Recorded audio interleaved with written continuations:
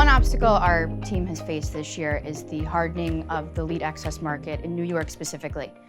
In your opinion, is there anything we can anticipate in the next year or something we can let our retail partners know to prepare for those upcoming renewals? Every carrier event, every meeting I've had, this topic comes up, and it's all about nuclear verdicts and the size of awards and things of that nature. So I think really it's more the same, and it might even be harder than what it was previously, right? So I see people staying away from longer limits. I can see condensed limits, and still this layering approach that you've come accustomed to having to do, I think is going to continue. So I think the hard market from an excess casualty standpoint is kind of here to stay, at least through 25 and probably through 26. So from a retail standpoint, from the client standpoint, I think we need to get ahead of it for our clients, really let them know that anticipate that this market is not changing, it's not softening.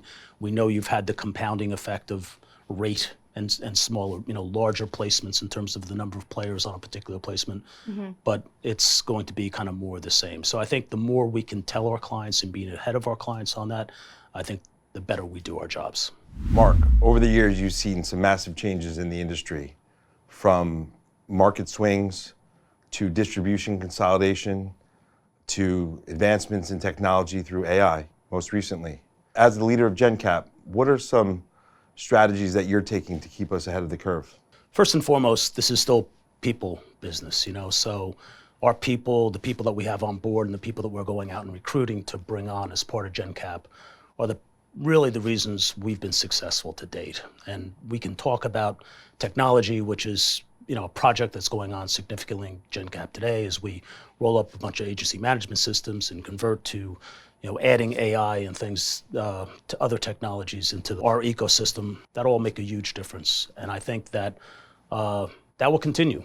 We've just started to scratch the surface. So I think there's more room for running there. There's going to be more knowledge around that, around the technology piece, not only from Gencap, but the whole business, the whole industry is embracing that. And I think it's something that's going to come to bear in a very short period of time.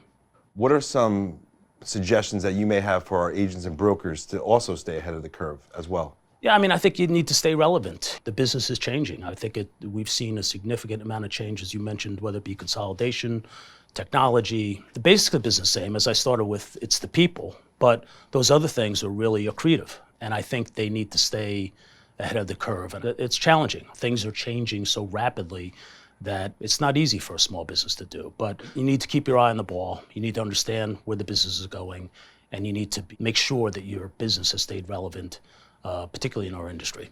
So being that I'm relatively new to Gencap, I've been here about 2 years, I'd say. If you had any sort of advice you'd give to someone who's new to the industry or even your younger self, what would you say to him?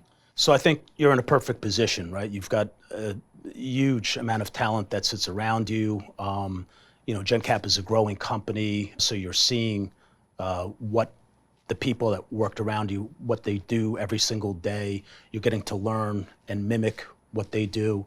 And so I would say, go to those people that you basically looking up to and are probably mentoring from. Right. Ask them the questions. It's an exciting time to be in this business, kind of in the industry overall, but it's a really exciting time to be at Gencap. And the department that you're in, the people that you're with are second to none.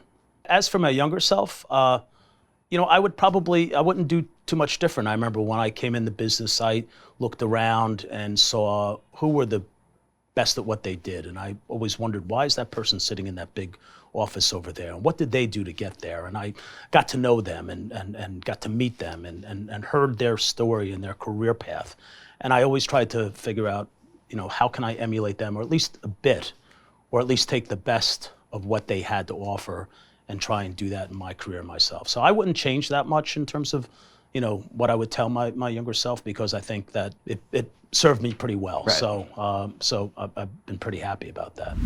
Insurance agents and carriers have so many options when choosing a wholesale broker to work with.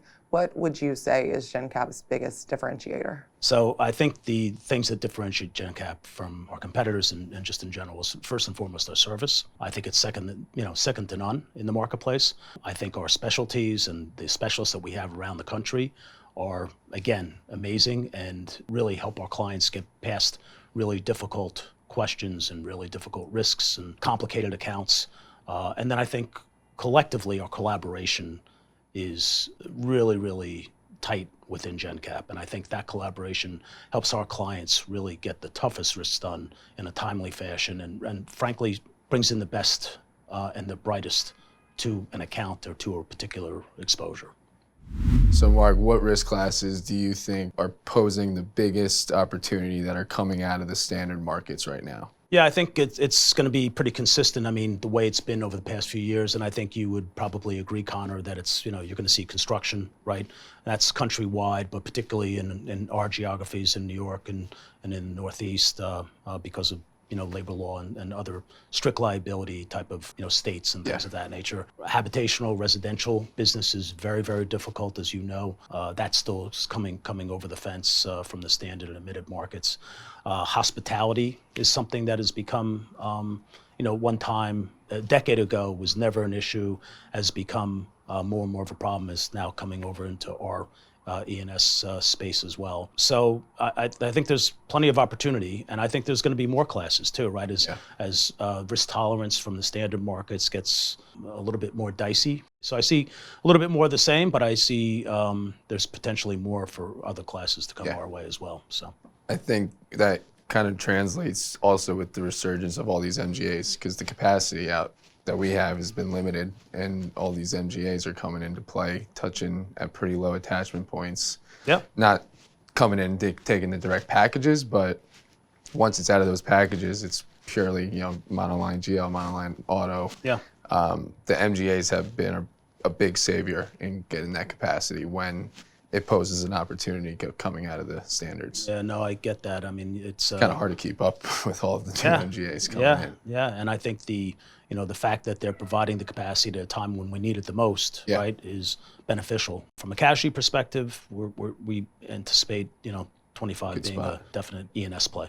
And also construction's picking up. I mean, I think just with the whole election interest rate expectations, we're getting a bunch of bids coming in 2025, 2026, and it's really just in preparation of potential interest rates going down, and that's always a good sign for the E&S side. Yeah, macroeconomic things being or indicators being better for us will help the industry as well, help the E&S side of the business. Absolutely. For sure. So as a millennial, right, and someone who has a love for technology and how it helps make my day-to-day easier, how do you foresee the insurance industry or even Gencap changing over the next 5 to 10 years with emerging technologies such as like artificial intelligence? It's a really good question. I think it's one that's asked in a lot of different places around the country, not only in our industry, kind of around the country and globally, right?